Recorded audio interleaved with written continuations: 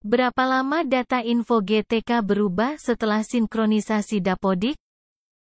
Kalau data sebenarnya itu udah real time ya, walaupun nggak real time 100% ya.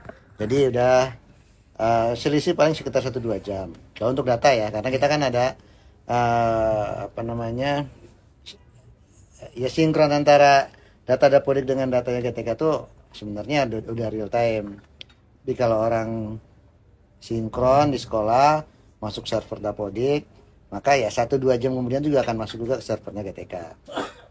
Tapi kalau untuk kepentingan tunjangan profesi kan tidak sekedar sinkron. Di sana ada proses validasi yang harus dilakukan.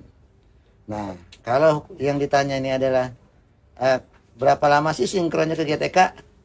Ya, paling selisih 2-3 jam. Itu kalau pertanyaannya itu. Tapi kalau pertanyaannya berapa lama sih data sinkron masuk ke info GTK? Kan itu yang bertanya kan? Nah, kalau dia masuk ke info GTK, yaitu dia harus melalui proses validasi. Nah, berapa lama proses validasi itu sangat tergantung dari kelengkapan data dan segala macam. Jadi satu orang dengan orang lain bisa jadi nggak sama. Karena kalau pada saat ada orang yang masuk datanya, terus dia diproses validasi,